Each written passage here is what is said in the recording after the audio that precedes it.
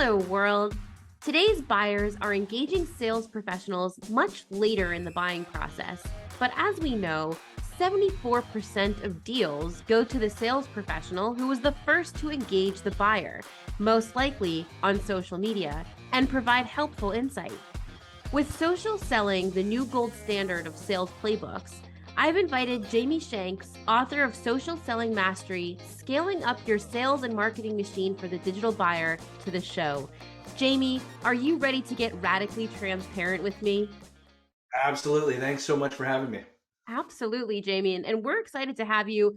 We're going to talk about the book. We're going to dive into social selling. And I think before I kick off into, what our listeners know as our famous question, I'm just curious, could you tell us a little bit about the book? What is this book about? I wrote the book because the world at that time was fixated on email and cold calls.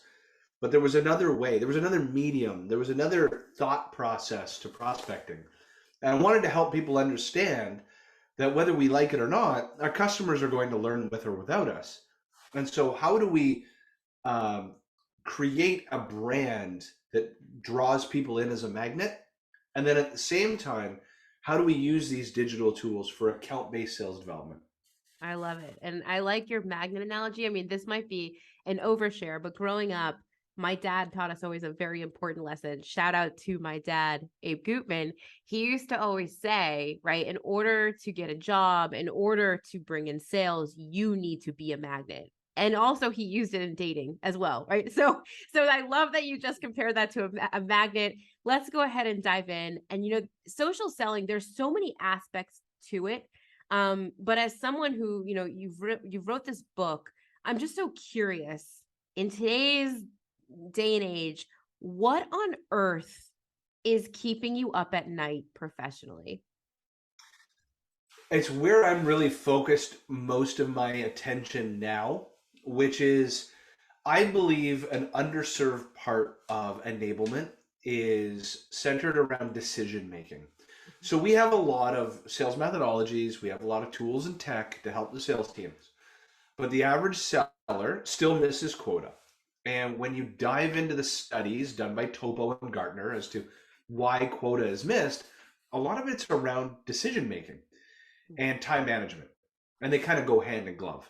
And what's happening is sellers are spreading their time like peanut butter across all these accounts with no real rhyme or reason. It's very subjective. And I believe the future is teaching objectivity and using technology through objectivity to help people understand, why do I go after account A versus account B? And if I go after A, why today, not tomorrow? That decision making, if you get account selection and account prioritization right, Mm. you win. If you get it wrong, you wake up 8 months from now wondering why you didn't make quota. It's because you spend all this energy and calories on the wrong accounts. That's what I think about all the time. Aiming my attention and energy at the right accounts at the right time. I love it. Do you sleep ever? Is the next is the next question. I did until I got this head cold, and then apparently not now. There you go. The wheels are turning. So let's dive in, right? Let's talk social selling. Let's talk what I brought you on the show to talk about. Everybody who's following Radically Transparent knows that it's brought to you by Oktopost, and Oktopost is home of the great employee advocacy platform. And we also do social selling. So a lot of us listening in, we know what social selling is. We're hearing this term. A lot of people are saying and debating that social selling is actually just selling in the modern world. So maybe it is just selling. But I want to ask, right? We're talking about scaling up, we're talking about hitting quota. How can you scale up your sales and marketing machine for the digital buyer? And I know, right, I'm going to lead everybody to go read the book, but how can we do that? Can you give us some of your secrets or kind of what's behind that? Yeah, we'll talk at an individual contributor level, and then we'll talk at a corporate kind of go to market. On an individual contributor level, you are the CEO of a territory, a portfolio, a group of accounts. Most sellers are broken into three categories: geographically, vertical, or a set of named accounts.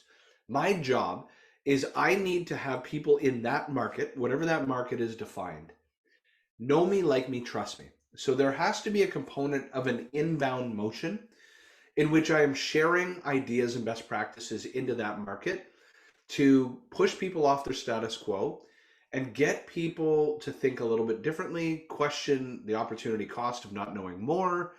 And that's where content is king.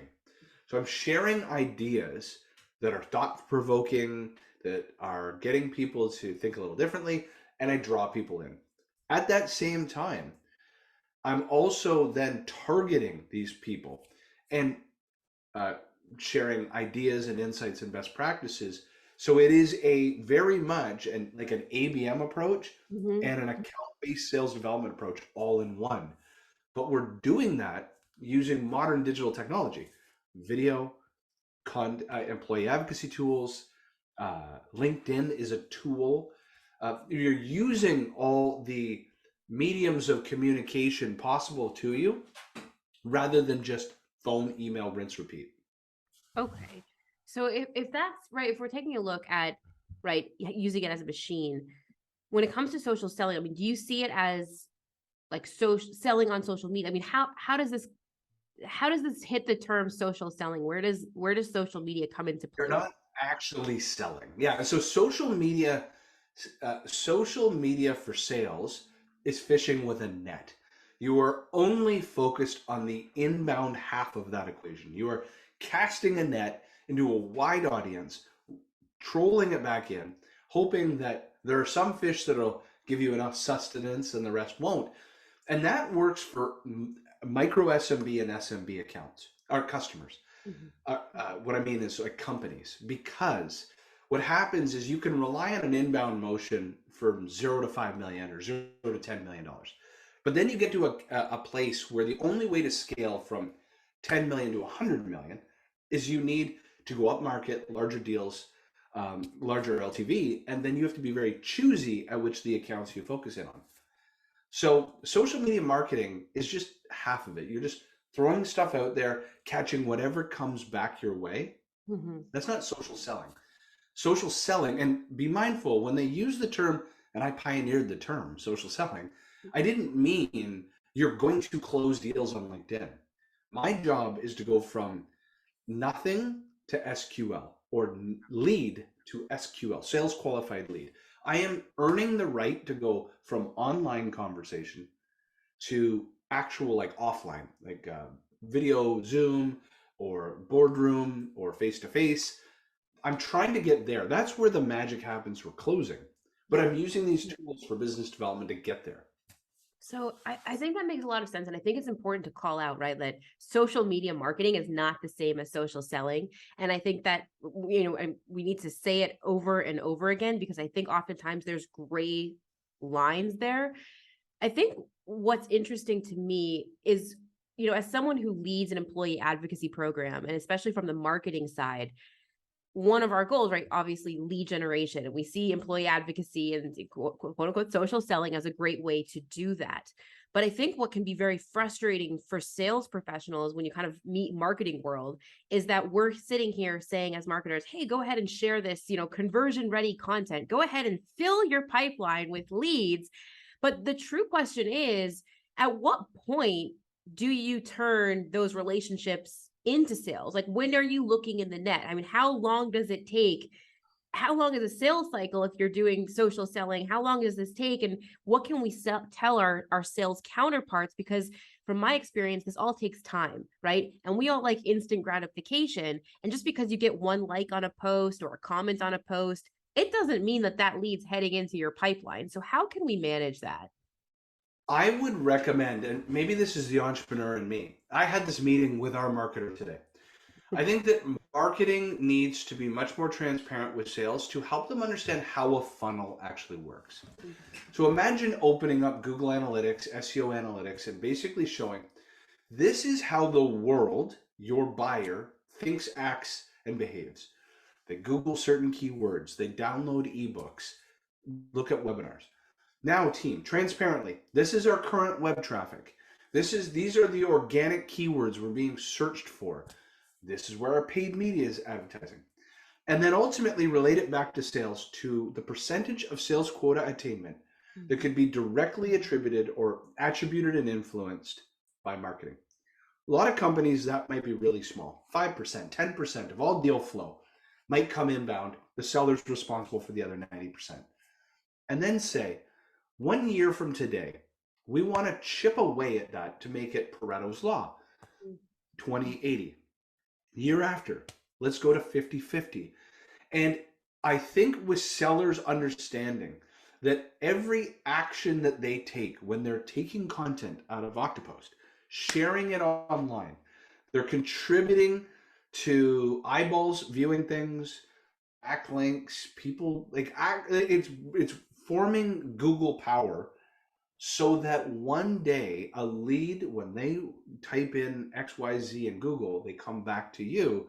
Help them understand that we are all part of that equation. And if we all do our part, your job will consistently get a little easier every month, every quarter, every year. But this is not one of these things where you share one video and it's like the Super Bowl commercial of Super Bowl commercials and somehow people come in. It does not work like that.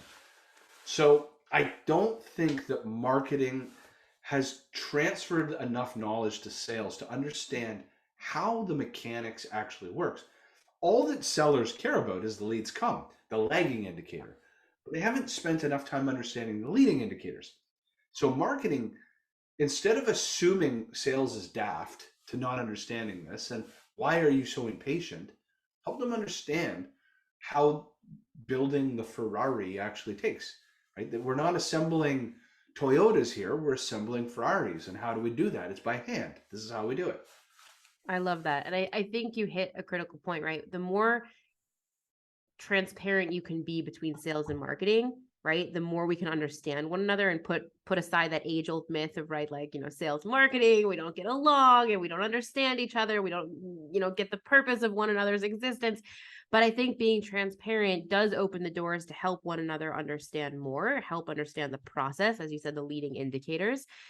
My next question, and I think that's a really good tip.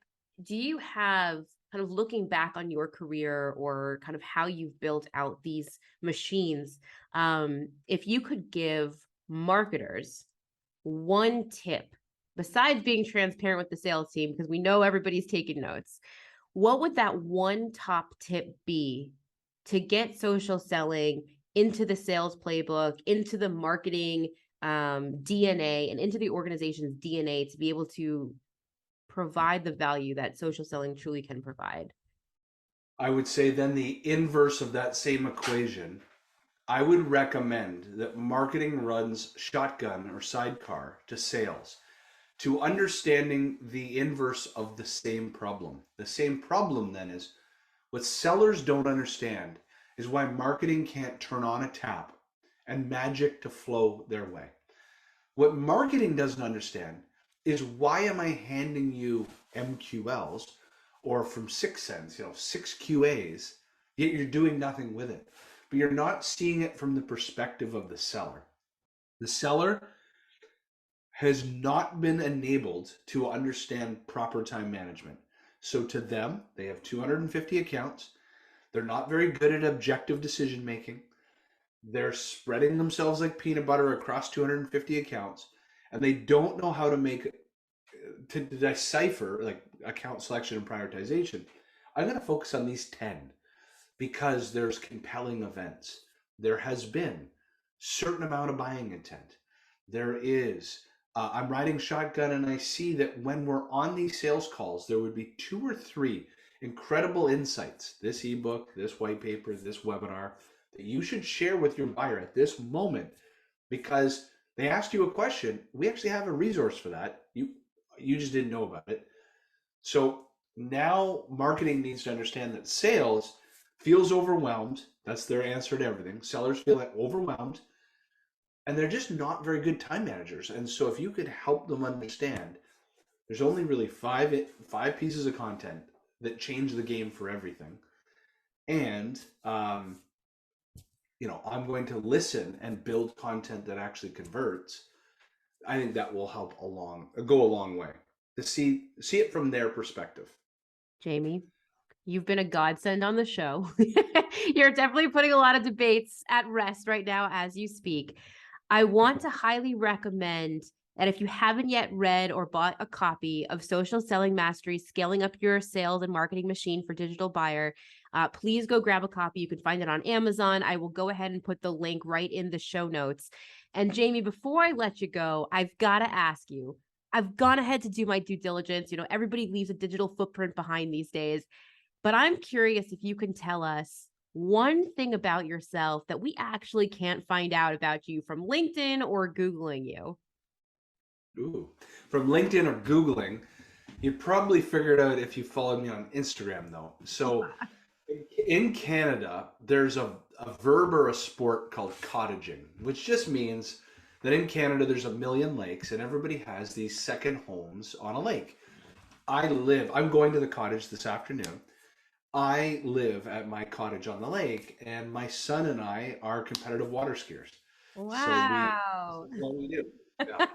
That's fantastic. So if you're in Canada, and forgive me, I'm sitting in Tel Aviv, the sun is shining and the Yeah. beaches are so welcoming. There's literally 1 million lakes. 20% of the world's fresh water sits in Canada. Amazing. And there's only 35 million Canadians, and nearly every family has these second homes on a lake. Yeah. That's fantastic. Well, listen, I look forward to posting more about your book, diving deeper. We're always happy to have you back on the show to talk more social selling. And of course, enjoy the water, enjoy cottaging. And thank you for joining me on this episode of Radically Transparent. Thanks for tuning in to the Radically Transparent podcast, brought to you by Oktopost, the only social media management and employee advocacy platform architected for B2B.